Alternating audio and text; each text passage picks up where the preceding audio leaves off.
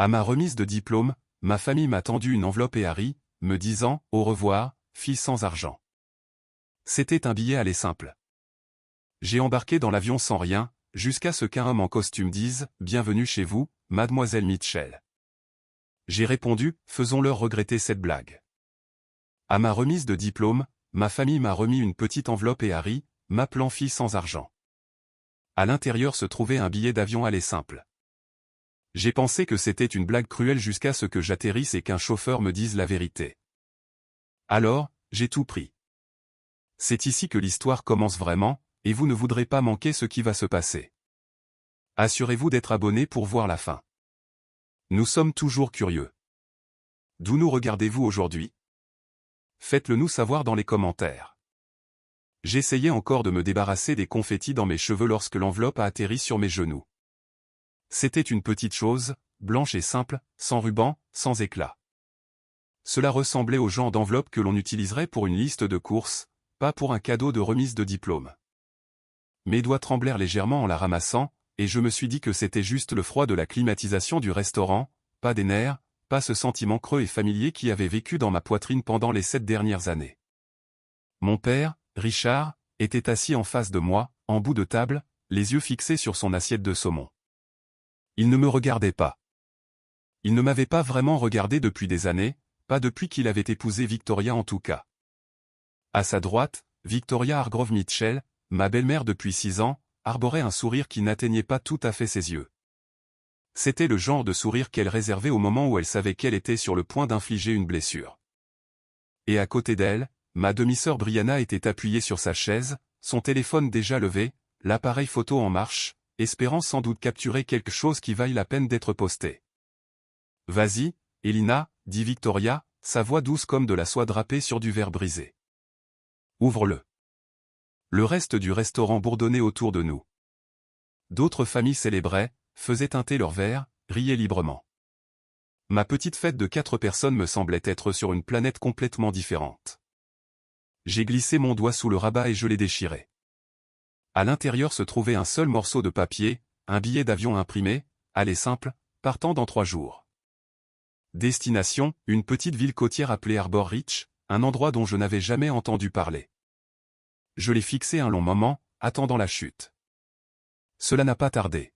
« J'espère que tu l'aimeras, fille sans argent », dit Brianna, et le rire qui a suivi était aigu et théâtral, le genre qu'elle avait perfectionné pour ses abonnés sur les réseaux sociaux. Victoria a joint un rire plus discret et raffiné, couvrant sa bouche avec ses doigts comme elle le faisait quand elle voulait paraître délicate. Fille sans argent, c'était leur nom pour moi. Cela avait commencé discrètement, un commentaire ici, un murmure là, mais au fil des ans, c'était devenu mon identité dans leur foyer. J'étais la fille qui travaillait 2 emplois pour payer ses études. La fille qui portait des vêtements de la saison passée, peu importe que je les ai achetés dans une friperie. La fille qui ne pouvait pas s'offrir les voyages de vacances de printemps, les sacs de créateurs ou la nouvelle voiture que Brianna avait reçue pour son 16e anniversaire. Dans leur monde, l'argent était la mesure d'une personne, et à cette mesure, je n'étais rien. Mon père a finalement levé les yeux. « C'est un billet, Elina, dit-il, comme si cela expliquait tout. » Sa voix était monocorde, presque désolée, mais pas assez pour arrêter ce qui se passait. Ce n'était jamais assez. « Je peux le voir, dis-je doucement. »« Un billet aller simple pour où exactement quelque part où tu peux prendre un nouveau départ, » dit Victoria, penchant la tête avec cette sympathie forcée qu'elle portait comme un masque. « Tu as travaillé si dur, ma chère. Nous avons pensé que tu pourrais avoir besoin d'un peu d'aventure avant de comprendre ce qui t'attend. Considère cela comme notre cadeau. » Il y avait quelque chose dans ses yeux, un scintillement que je ne pouvais pas tout à fait lire. Satisfaction. Soulagement. C'était comme si elle m'imaginait déjà partie. Un problème soigneusement emballé et expédié. Brianna a reniflé. Oui, une aventure, fais tes bagages légers. D'accord, c'est un aller simple pour une raison. Le rire qui a suivi était le pire. Non pas parce qu'il était fort, mais parce qu'il était si décontracté, si facile, comme si briser l'esprit de quelqu'un n'était qu'un plat de plus au repas. Je suis restée assise avec ce billet à la main, son poids, à la fois rien et tout. Et j'ai senti quelque chose en moi changer. Pas se briser. J'avais déjà trop souvent craqué pour craquer à nouveau. C'était quelque chose de différent, quelque chose de plus dur. La trahison était pire que la pauvreté dont il se moquait. Il ne rejetait pas seulement mes luttes. Il les célébrait. Je n'ai pas dormi cette nuit-là. J'étais allongé dans le lit étroit de ma chambre louée, celle que je partageais avec 2 autres filles dans un appartement exigu près du campus, et j'ai fixé le plafond, tournant le billet encore et encore dans mon esprit. La lumière fluorescente de la rue à l'extérieur projetait des rayures pâles à travers les stores, et chaque ombre semblait vibrer avec l'écho de leur rire. Fille sans argent, fille sans argent, fille sans argent. Les mots passaient en boucle, un métronome cruel marquant le rythme de mon cœur qui s'emballait. J'ai pressé mes paumes contre mes yeux jusqu'à ce que je voie des étoiles, essayant de chasser le souvenir, mais il s'accrochait à moi comme de la fumée. À 2:00 heure du matin, mon téléphone a vibré. Je l'ai attrapé, espérant irrationnellement que ce soit mon père. Un message disant qu'il était désolé. Un appel pour me dire que le billet était une erreur, qu'il arrangerait les choses. C'était Brianna. Une photo avait été publiée sur ses réseaux sociaux. Je pouvais la voir même sans cliquer. L'aperçu montrait l'arrière de ma tête, l'enveloppe dans mes mains et le bord du billet visible juste au-dessus du rabat. Sa légende disait « Nous envoyons notre petite fille sans argent dans le monde. » Avion. Peut-être trouvera-t-elle un euro là-bas. Les commentaires affluaient déjà. Certains étaient sympathiques. La plupart riaient. J'ai posé le téléphone face contre terre sur le matelas et j'ai respiré lentement, comptant chaque respiration comme ma thérapeute me l'avait appris il y a des années, à l'époque où je pouvais encore me permettre une thérapie. Inspirer par le nez, expirer par la bouche, inspirer, expirer. Le lendemain matin, j'ai appelé mon père. Il a répondu à la 4e sonnerie et j'ai pu entendre la voix de Victoria en arrière-plan, étouffée mais reconnaissable, un murmure bas d'instruction.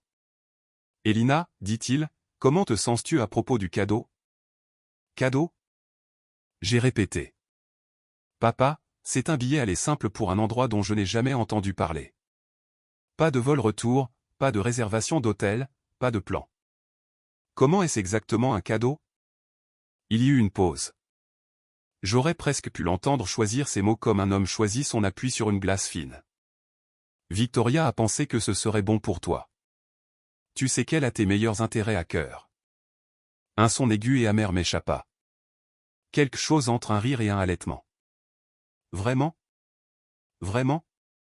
Elle m'a appelé fille sans argent papa à ma remise de diplôme devant tout le monde et tu es resté là. Le silence qui a suivi était plus fort que tout ce qu'il aurait pu dire. Quand il a finalement parlé, sa voix était à peine un murmure. Je suis désolé. Je vais leur parler. Tu dis toujours ça, j'ai répondu. Et rien ne change jamais. J'ai raccroché avant qu'il ne puisse répondre. Et je suis resté assise sur le bord de mon lit, les mains serrées sur mes genoux, fixant le billet sur la table de nuit. Et puis, doucement, une pensée a fait surface.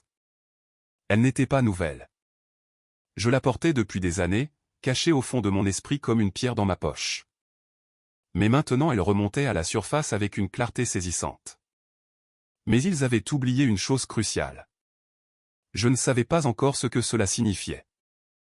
Pas entièrement. Mais je le sentais dans mes os. Le sentiment indéniable que quelque chose allait arriver. Quelque chose qu'ils n'avaient pas prévu. Quelque chose qui avait été mis en mouvement bien avant que Victoria ne glisse cette enveloppe sur la table. J'ai pris le billet, j'ai passé mon pouce sur la destination imprimée en petites lettres nettes, et j'ai pris une décision. J'irai. Pour comprendre pourquoi ce billet me semblait à la fois une insulte et une porte, il faut comprendre ce qui s'est passé avant. Ma mère est partie quand j'avais 9 ans. Pas de mots, pas d'avertissement, juste un placard vide et un père qui est resté assis à la table de la cuisine pendant 3 jours sans parler. J'ai appris à faire mes propres déjeuners, à signer mes propres formulaires d'autorisation, à devenir invisible quand le silence devenait trop lourd. À l'âge de 12 ans, je me débrouillais pratiquement seul. Puis, quand j'avais 16 ans, mon père a rencontré Victoria Hargrove lors d'une retraite d'entreprise. Elle était élégante, confiante et parlait de conseils en style de vie avec un air de mystère qui la faisait paraître beaucoup plus importante qu'elle ne l'était probablement. Je n'ai jamais vraiment compris ce que faisait réellement une conseillère en style de vie. Il y avait des mentions vagues de « curating experience » et des « optimizing personal brands », mais elle s'habillait bien, conduisait une voiture de luxe en leasing et se comportait comme quelqu'un qui croyait que le monde lui devait une scène. En 6 mois, elle et mon père étaient mariés. En 1 an, Brianna avait emménagé, et ma maison d'enfance, aussi modeste fût-elle, est devenue un endroit que je ne reconnaissais plus. L'ancien jardin de ma mère a été remplacé par du gravier décoratif. Ma chambre a été repeinte sans mon avis. Mes affaires ont été emballées et déplacées dans la plus petite pièce de la maison. Victoria a dit que c'était une meilleure utilisation de l'espace. Brianna a dit que c'était parce que je ne méritais pas la bonne chambre. J'ai renoncé à cette chambre entièrement quand je suis parti pour l'université, ne prenant que 2 valises et une petite boîte en bois que ma grand-mère Margaret m'avait donnée avant de décéder. Grand-mère Margaret. Rien que d'y penser me donnait une douleur serrée et chaleureuse à la poitrine. C'était la mère de mon père, une femme tranquille, digne, aux cheveux argentés, aux mains fermes et à l'esprit vif comme un piège d'acier. Elle avait été investisseur immobilier dans sa jeunesse, bien que lorsque je la connaissais, tout le monde dans la famille supposait qu'elle avait tout perdu dans une mauvaise affaire. Elle vivait dans un petit appartement soigné, préparait le meilleur gâteau au citron de l'État et ne s'est jamais plainte d'argent. L'argent est un outil, Elina, m'avait-elle dit un jour, ses yeux bleus vifs et clairs. Pas une arme. Les gens qui l'utilisent comme une arme ont déjà perdu quelque chose de bien plus précieux. Elle est décédée pendant ma première année d'université, paisiblement dans son sommeil. Aux funérailles, Victoria s'est penchée vers Brianna et a chuchoté juste assez fort pour que je l'entende, eh bien, au moins il n'y a pas de succession à se disputer. Et c'était tout. Pas d'héritage, pas de propriété, juste la boîte en bois qui contenait une lettre manuscrite, une photographie jaunie de ma grand-mère jeune femme devant une grande maison au bord de la mer, et une clé sur une fine chaîne en laiton. La lettre disait simplement, « Quand le moment sera venu, tu sauras quoi faire ». J'avais gardé cette boîte pendant 4 ans, la déplaçant de dortoir en appartement, ne comprenant jamais tout à fait sa signification, mais incapable de la laisser partir. Maintenant assise sur mon lit avec un billet aller simple pour une ville côtière dont je n'avais jamais entendu parler. J'ai tiré la boîte de l'étagère au-dessus de mon lit et je l'ai ouverte. J'ai étudié la photographie à nouveau. La maison, la mer, la façon dont ma grand-mère se tenait, les bras croisés et un air de calme autorité sur son visage. J'ai retourné la clé dans mes doigts. Et j'ai lu la lettre une fois de plus. Quand le moment sera venu, tu sauras quoi faire. Quelque chose a cliqué. Pas un son, un sentiment, une certitude profonde et résonnante comme une serrure trouvant enfin sa clé. Victoria pensait qu'elle m'envoyait au loin sans rien. Brianna pensait qu'elle prouvait une fois pour toutes que je n'étais rien. Mais elles avaient oublié une chose cruciale. J'avais une grand-mère qui ne faisait jamais rien sans raison. Et j'avais une clé qui n'avait jamais été expliquée. 3 jours plus tard, j'ai embarqué dans l'avion avec rien d'autre qu'un sac à dos, la boîte en bois et un feu discret qui brûlait dans ma poitrine.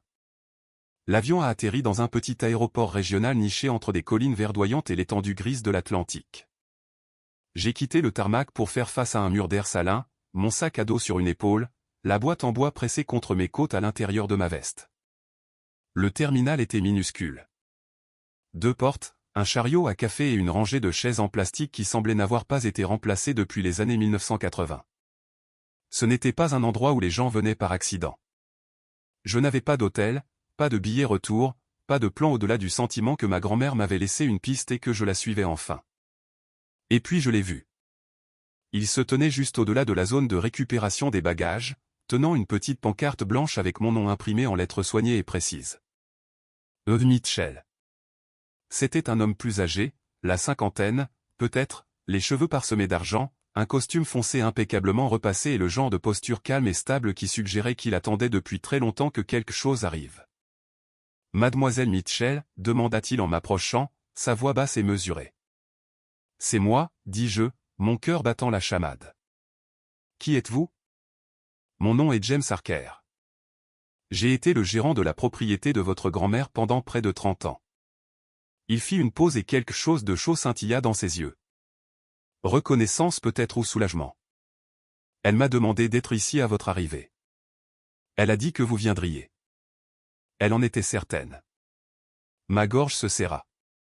Elle avait planifié cela. Puis-je prendre votre sac, mademoiselle Mitchell ? Il y a une voiture dehors.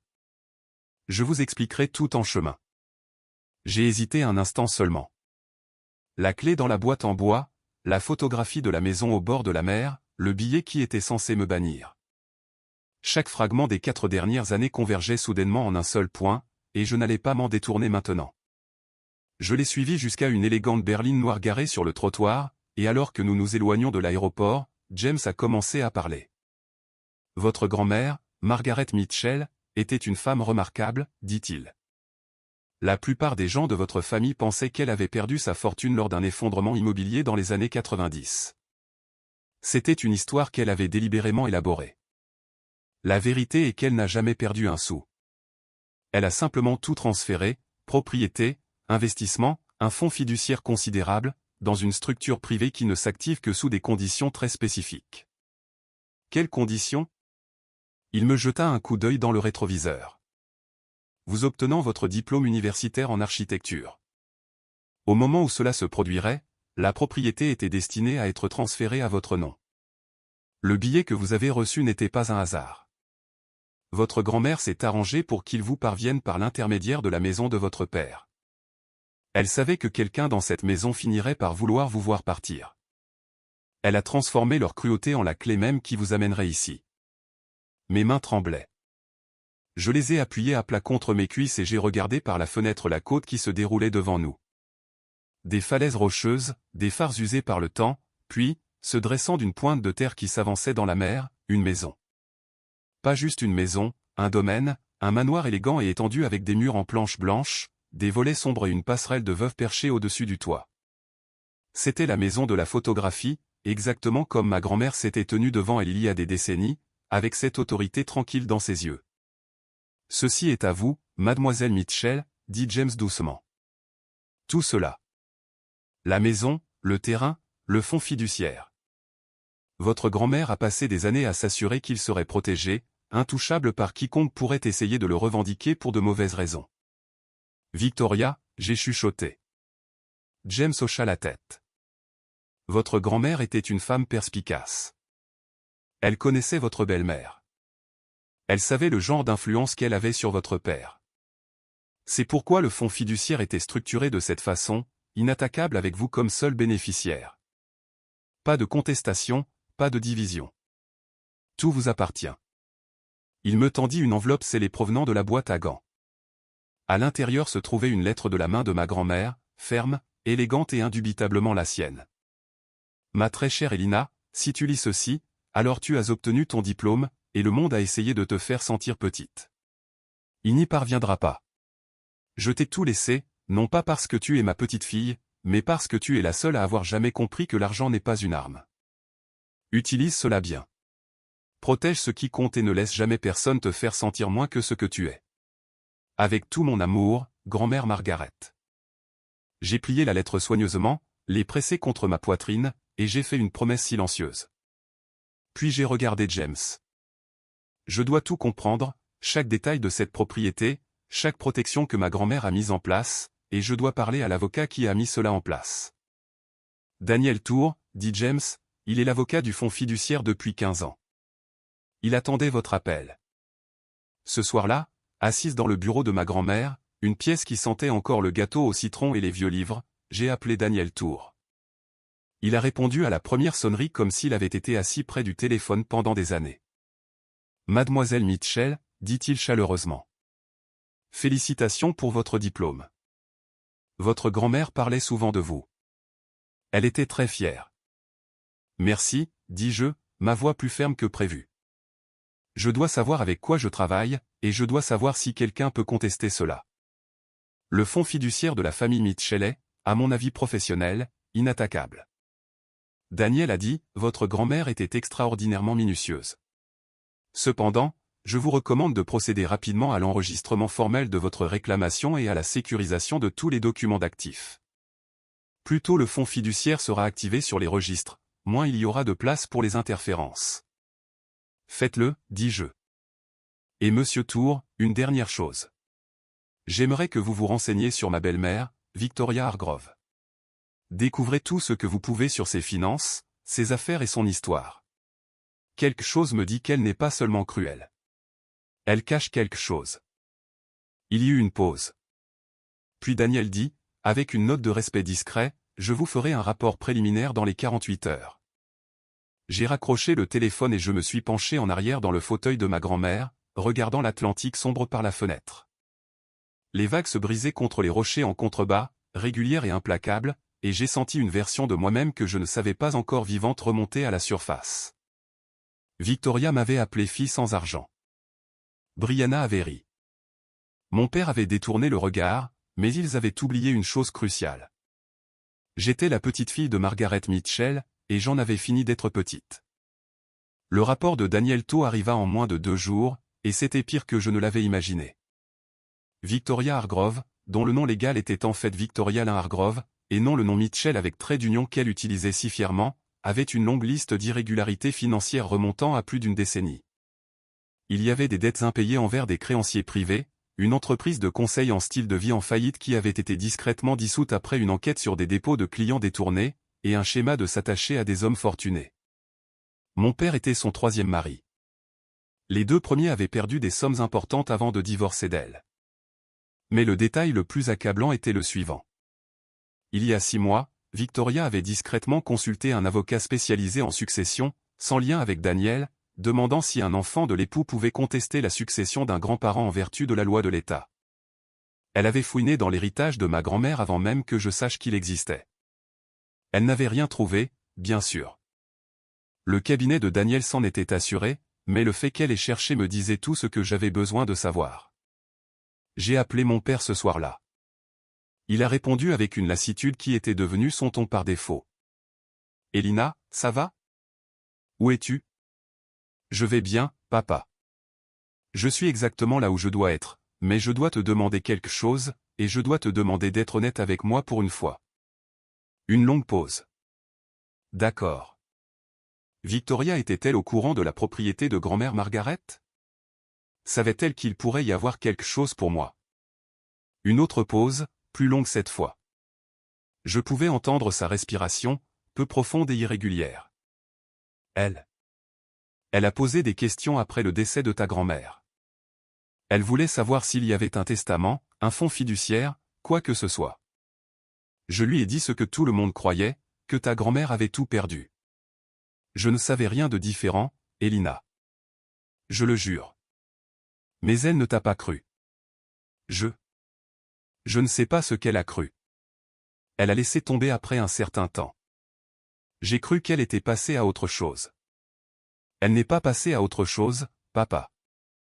Elle a consulté un avocat spécialisé en succession il y a 6 mois. Le silence à l'autre bout était assourdissant. Quoi? Tu m'as entendu.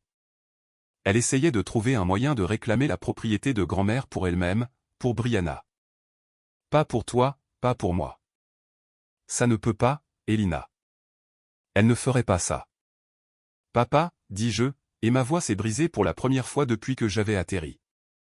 Elle m'a appelé fille sans argent à ma remise de diplôme. Elle m'a tendu un billet aller simple et Harry. Elle voulait que je parte, non pas parce qu'elle était généreuse, mais parce qu'elle voulait que je sois hors de son chemin. Et tu l'as laissé faire. Je ne savais pas, a-t-il chuchoté. Je ne savais pas pour l'avocat. Il y a beaucoup de choses que tu ne sais pas, papa, mais je vais m'assurer que tu les saches bientôt.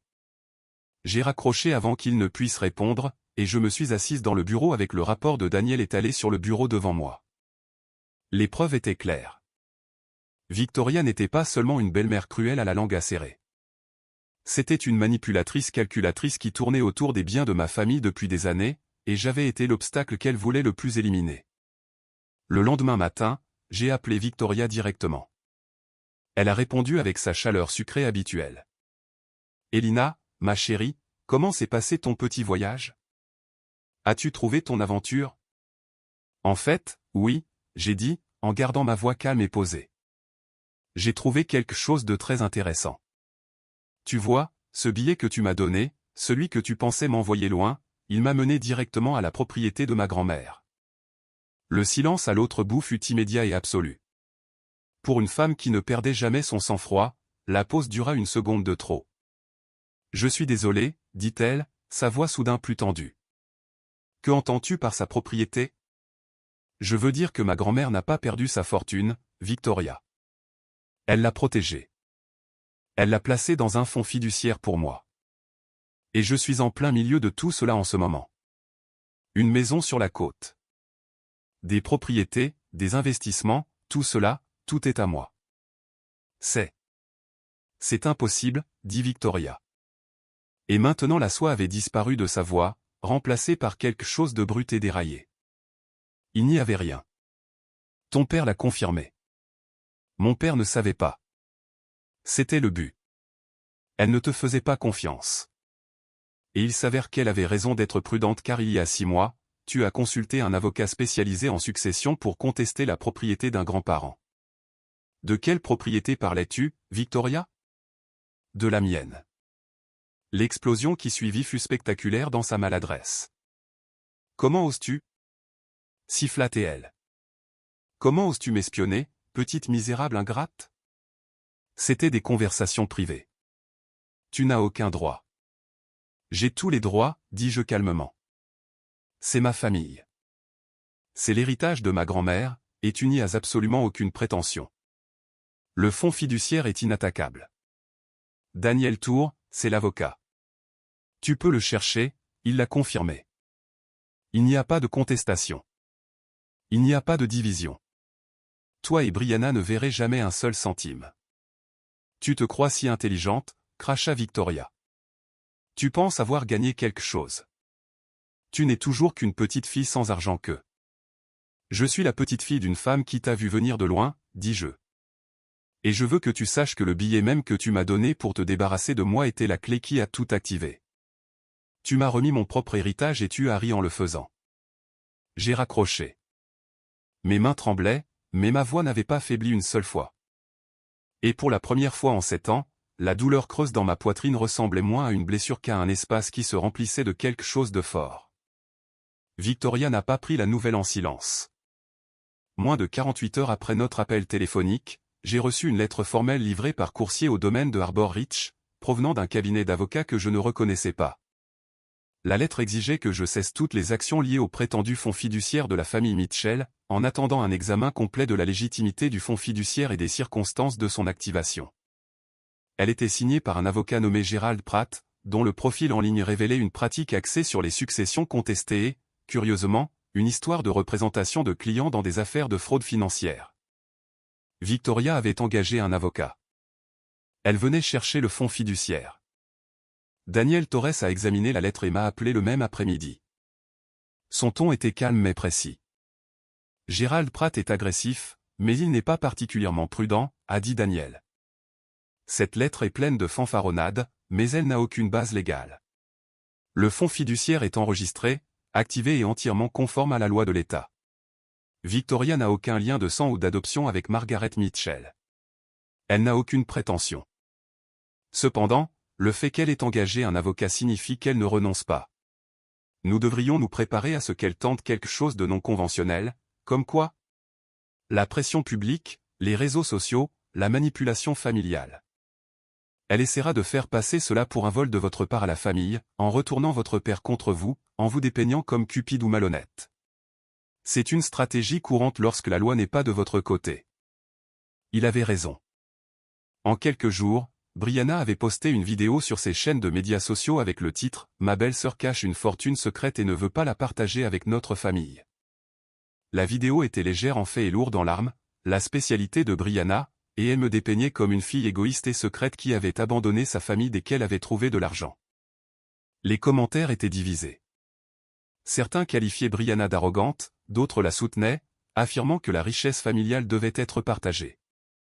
Quelques personnes ont reconnu mon nom du précédent message sur la « fille sans argent » et ont fait le lien, soulignant la cruauté de se moquer de la pauvreté de quelqu'un et de réclamer ensuite son héritage. Je n'ai pas répondu publiquement. Daniel l'a déconseillé. Laissez-la parler, a-t-il dit. Chaque message qu'elle publie est une preuve de son motif. Nous construisons une affaire, Elina, non seulement pour le fonds fiduciaire, mais pour l'image complète. Et l'image complète était stupéfiante. L'enquête approfondie de Daniel sur le passé de Victoria a mis au jour 3 plaintes formelles déposées contre son entreprise de conseil en style de vie par d'anciens clients qui alléguaient qu'elle avait détourné des fonds destinés à des portefeuilles d'investissement qu'elle avait promis de gérer. Aucune des plaintes n'avait abouti à des accusations. Victoria avait réglé discrètement chaque fois, mais le schéma était indubitable. Elle avait l'habitude de trouver l'argent des autres et d'essayer de se l'approprier. Encore plus troublant fut la découverte que Victoria avait encouragé mon père à contracter une deuxième hypothèque sur notre maison familiale il y a 2 ans, soi-disant pour financer des améliorations domiciliaires qui ne s'étaient jamais matérialisées. L'argent, que Daniel a retracé, avait servi à rembourser les créanciers privés de Victoria. La maison de mon père, la maison où j'avais grandi, celle que ma mère avait aidé à construire, était maintenant lourdement hypothéquée pour couvrir les dettes de Victoria. Mon père ne savait pas, ou peut-être qu'il savait et ne pouvait pas le supporter. Je l'ai rappelé. Cette fois, je n'ai pas posé de questions. Papa, je vais te dire quelque chose, et je dois te demander d'écouter. Non pas en tant que mari de Victoria, non pas en tant que beau-père de Brianna, mais en tant que mon père. D'accord, dit-il, sa voix à peine audible.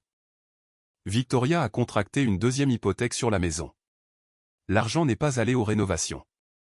Il est allé à ses créanciers. Elle utilise des biens pour rembourser des dettes de son entreprise en faillite et ses dépenses personnelles.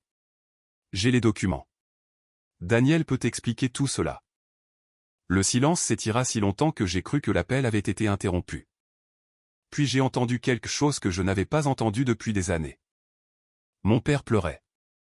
Pas fort, pas de façon dramatique, juste la respiration calme et saccadée d'un homme qui avait fait semblant si longtemps que le poids de la prétention l'avait finalement écrasé.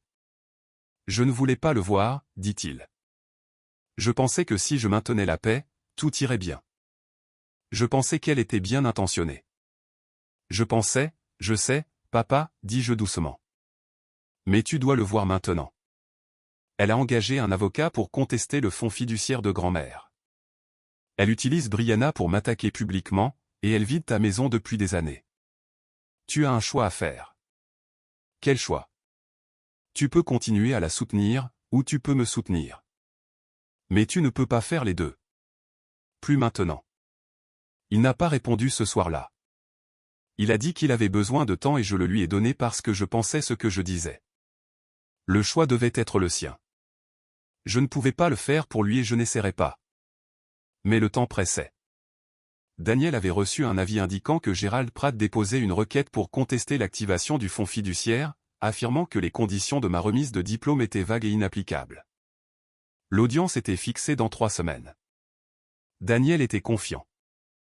La formulation du fonds fiduciaire est inattaquable, m'a-t-il assuré. Mais je veux aller plus loin. Je veux présenter non seulement la documentation du fonds fiduciaire, mais l'ensemble du dossier de la conduite financière de Victoria, son histoire, les plaintes, l'hypothèque. Je veux que le tribunal voie exactement qui est derrière cette contestation et pourquoi. Faites-le, dis-je. Tout cela. Et puis j'ai attendu. Je me suis promené dans le domaine de ma grand-mère chaque matin, écoutant les vagues, sentant l'air salin sur ma peau. Je me suis assise dans son bureau et j'ai lu les livres d'architecture sur ses étagères. Des livres qu'elle avait conservés. Je réalisais maintenant, pour moi. J'ai tenu la clé en laiton dans ma main et j'ai enfin compris ce qu'elle ouvrait. Non pas une porte, mais un avenir. Ma grand-mère avait tout planifié. Chaque détail, chaque protection, chaque sauvegarde. Elle avait su qu'un jour quelqu'un essaierait de prendre ce qui était à moi. Et elle s'était assurée qu'il ne pourrait pas. L'audience approchait. La vérité était prête. Et je n'avais plus peur. L'audience s'est déroulée dans un petit tribunal au centre de Harbor Ridge, un bâtiment au plancher de bois qui craquait, de hautes fenêtres cintrées et cette dignité tranquille qui faisait que chaque voix élevée semblait une violation. Ce n'était pas une grande scène, mais c'était la bonne. Ma grand-mère aurait apprécié cela. Daniel Torres était assis à côté de moi à la table du demandeur, sa mallette ouverte, ses documents organisés avec une précision militaire. De l'autre côté de l'allée, Gérald Pratt était assis avec Victoria, qui portait une robe gris anthracite et un collier de perles que je reconnaissais parce que je les avais vus dans la boîte à bijoux de ma mère il y a des années, avant que Victoria ne réorganise les biens familiaux. Mon père n'était pas avec elle. Il était au dernier rang de la galerie, seul, les mains jointes entre ses genoux, les yeux fixés sur le sol. Brianna n'était pas présente. Daniel l'avait déconseillé, et pour une fois, Victoria avait été d'accord, probablement parce qu'elle ne voulait pas que les pitreries de sa fille sur les réseaux sociaux sapent la gravité de la procédure. La juge était une femme d'une soixantaine d'années nommée l'honorable Catherine Barlow, aux yeux perçants, patiente et connue, selon Daniel, pour avoir peu de tolérance envers les contestations de succession frivoles. Elle a examiné les premières pièces avec une minutie qui a rendu la pièce plus petite, puis a levé les yeux et s'est adressée directement à Gérald Pratt. Avocat, j'ai lu votre requête. Vous contestez l'activation du fonds fiduciaire de la famille Mitchell au motif que la formulation conditionnelle est vague et inapplicable. Est-ce exact? Gérald Pratt s'est levé et a ajusté sa cravate. Oui, votre honneur. Le fonds fiduciaire stipule que le bénéficiaire doit terminer ses études pour activer la propriété. Notre position est que cette formulation est ambiguë. Elle ne spécifie pas de diplôme, d'institution ou de niveau d'achèvement. Cela pourrait signifier n'importe quoi, d'un diplôme d'études secondaires à une bourse postdoctorale. Une telle imprécision rend la condition légalement inapplicable.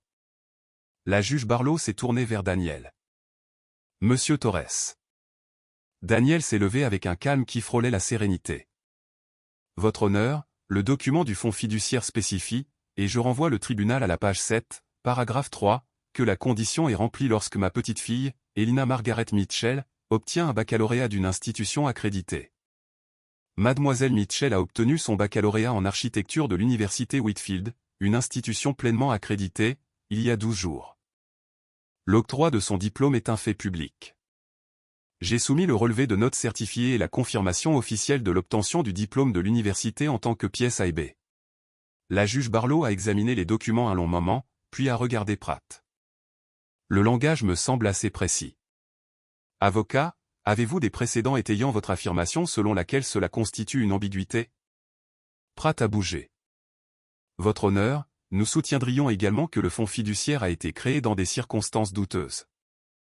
Margaret Mitchell était âgée au moment de sa formation, et nous pensons qu'il pourrait y avoir eu une influence indue de la part du fiduciaire, Monsieur Torres, ou d'autres. Monsieur Torres est le fiduciaire depuis 15 ans et a été retenu personnellement par Margaret Mitchell, a déclaré la juge Barlow, son ton se refroidissant sensiblement. Avez-vous des preuves d'influence indue? Des témoignages, des documents ou des allégations crédibles? Nous enquêtons toujours sur cette voie, votre honneur. Daniel se leva de nouveau. Votre honneur, si je puis me permettre, nous avions anticipé cette ligne d'argumentation. La compétence cognitive de Margaret Mitchell au moment de la création du fonds fiduciaire est entièrement documentée. J'ai soumis la pièce C, une évaluation neuropsychologique complète menée par le Dr Raymond Park de Coastal Neurology Associates datée de 3 semaines avant l'exécution du fonds fiduciaire. Le Dr Park a constaté que Margaret Mitchell était en pleine possession de ses facultés cognitives, sans aucune preuve de déficience, de démence ou d'influence indue. J'ai également une déclaration vidéo signée et notariée de Margaret Mitchell elle-même, enregistrée le même jour, dans laquelle elle articule clairement ses intentions pour le fonds fiduciaire et nomme sa petite-fille comme seule bénéficiaire. Un murmure traversa la petite galerie. Je jetai un coup d'œil à mon père. Il avait levé la tête et ses yeux étaient grands ouverts, non pas de surprise mais de reconnaissance. Il entendait la voix de sa mère dans sa mémoire, peut-être comme je l'avais entendue tous les jours depuis mon arrivée. La juge Barlow hocha la tête. Je vais examiner la déclaration vidéo, mais sur la base de ce qui a été présenté jusqu'à présent, je ne vois aucune raison de contester l'activation du fonds fiduciaire. Monsieur Pratt, à moins que vous n'ayez des preuves supplémentaires, votre honneur, dit Pratt, se levant de nouveau, nous porterions également à l'attention du tribunal que la bénéficiaire, Mademoiselle Mitchell, a été éloignée de sa famille et a agi d'une manière incompatible avec l'esprit d'unité familiale. Cette unité familiale n'est pas une norme juridique, avocat, a déclaré la juge Barlow, et sa voix était maintenant dure, la patience s'épuisant. C'est un tribunal, pas une séance de médiation. Vous contestez un fonds fiduciaire légalement exécuté avec une compétence documentée, un langage conditionnel clair et le respect certifié de ces conditions. Je n'ai encore vu aucune preuve crédible étayant votre contestation. Elle s'est tournée vers Daniel. Monsieur Torres, vous avez mentionné des documents supplémentaires. Daniel hocha la tête et ouvrit un second dossier. Votre honneur, bien que nous soyons convaincus que le fonds fiduciaire parle de lui-même, je crois que le tribunal devrait être informé du contexte de cette contestation. La personne qui a initié cette procédure, Victoria Hargrove Mitchell, la belle-mère de la bénéficiaire, n'est pas une parente de sang de Margaret Mitchell et n'a aucune légitimité légale pour contester cette succession ou toute succession liée à la famille Mitchell. De plus, nous avons documenté un schéma de conduite financière qui est directement pertinent à sa motivation à porter cette contestation. Il a présenté les preuves méthodiquement, pièce par pièce. Les 3 plaintes de clients contre l'entreprise dissoute de Victoria. La 2e hypothèque sur la maison de mon père contractée sous de faux prétextes. La consultation d'avocats spécialisés en succession d'il y a 6 mois. Et enfin, le détail qui a fait taire complètement la salle d'audience. Le fait que Victoria ait utilisé le produit de la 2e hypothèque pour rembourser des créanciers personnels, laissant la maison de mon père grevée de dettes qui n'avaient rien financé pour la famille elle-même. Votre honneur, dit Daniel, il est de notre position que cette contestation n'est pas une action en justice de bonne foi, mais une tentative par une personne sans droit légitime d'accéder à une succession qui lui a été spécifiquement et délibérément soustraite. Margaret Mitchell était au courant de l'intérêt de Madame Hargrove Mitchell pour les biens familiaux et a conçu ce fonds fiduciaire précisément pour empêcher ce qui se passe aujourd'hui. Victoria se leva. Elle ne put s'en empêcher. C'est absurde, dit-elle, sa voix brisant le sang-froid qu'elle avait maintenu toute la matinée. Cette fille a manipulé sa propre grand-mère.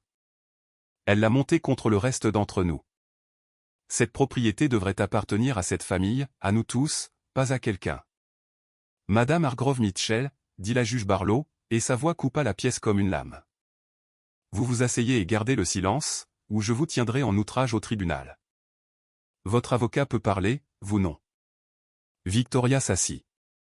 Son visage était rouge, ses perles reflétant la lumière alors que sa poitrine se soulevait et retombait avec une fureur à peine contenue. Gérald Pratt lui posa la main sur le bras et se pencha pour lui murmurer quelque chose, mais elle le repoussa. La juge Barlow examina les documents finaux, puis les posa et croisa les mains. Sur la base des preuves présentées, je constate que le fonds fiduciaire de la famille Mitchell est valide, ses conditions ont été remplies et son activation est légale et complète. La contestation déposée par Madame Hargrove Mitchell est rejetée avec préjudice.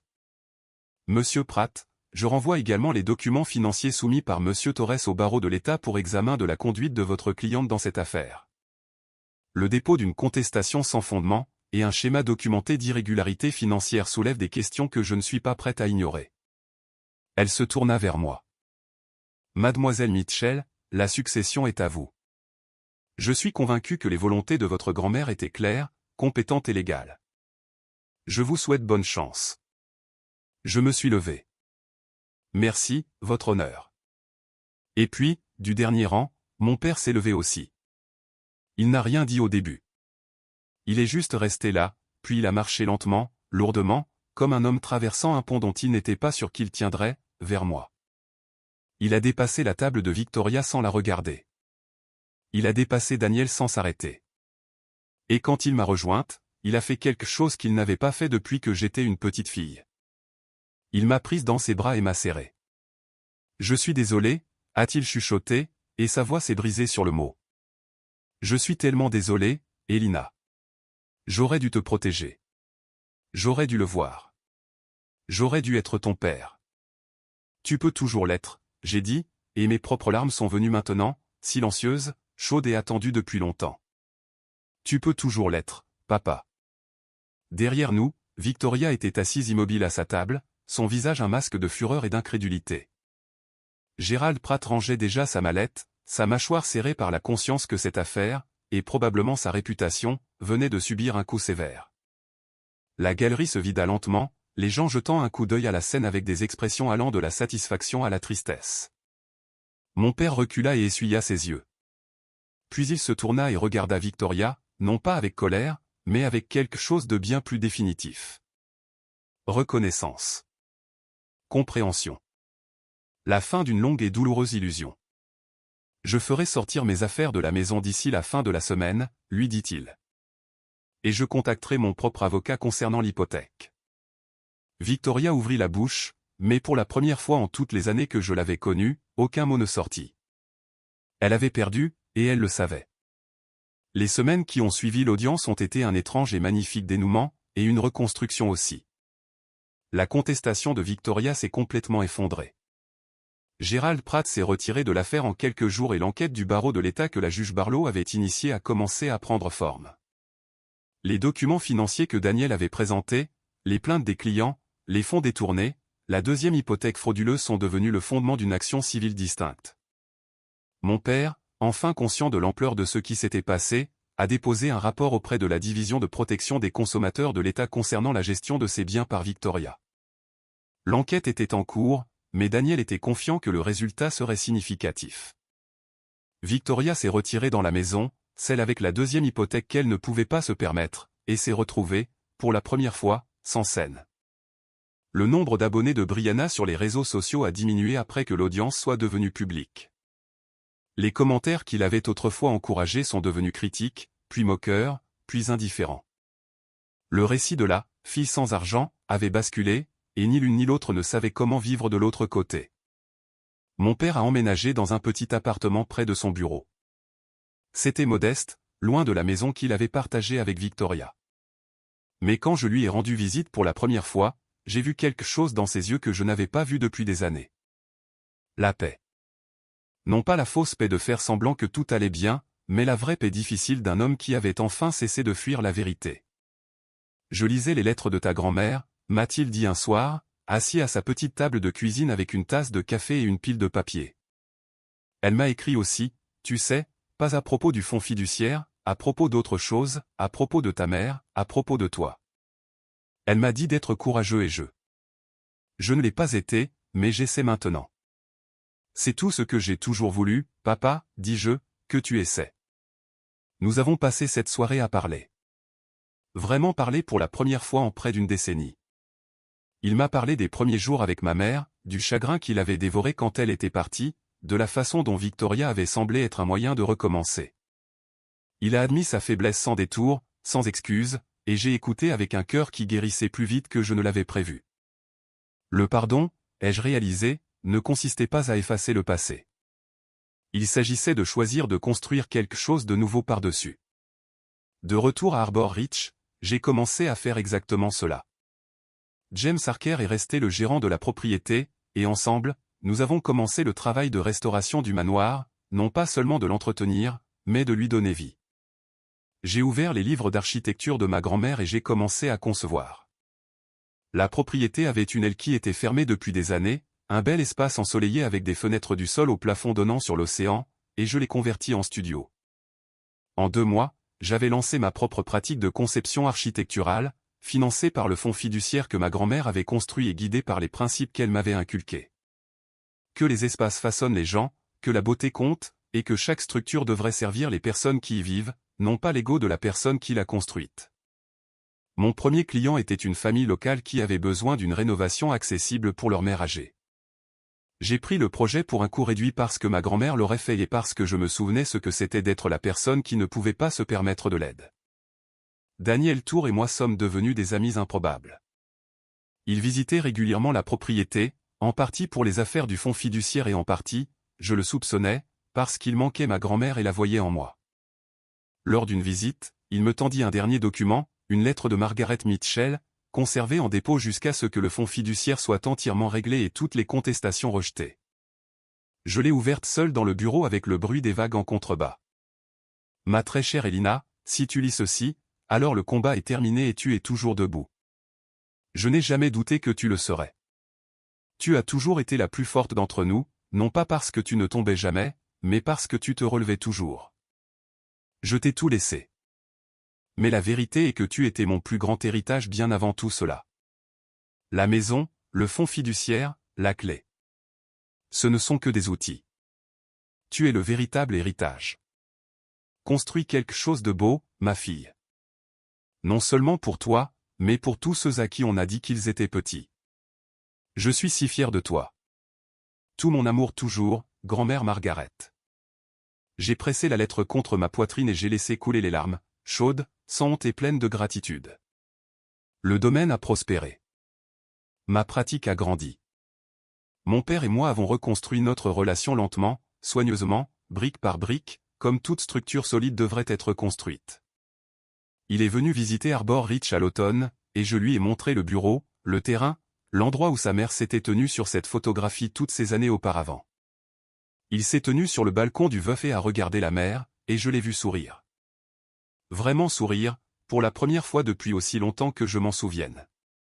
Quant à Victoria, les conséquences sont arrivées comme les conséquences le font, pas toutes à la fois, mais régulièrement, comme la marée. L'action civile a abouti à un jugement contre elle pour les fonds hypothécaires détournés. L'enquête de l'État sur ses anciennes pratiques commerciales était en cours, et Daniel avait appris par son réseau que des plaintes supplémentaires avaient fait surface de la part d'anciens clients hardis par la publicité des audiences.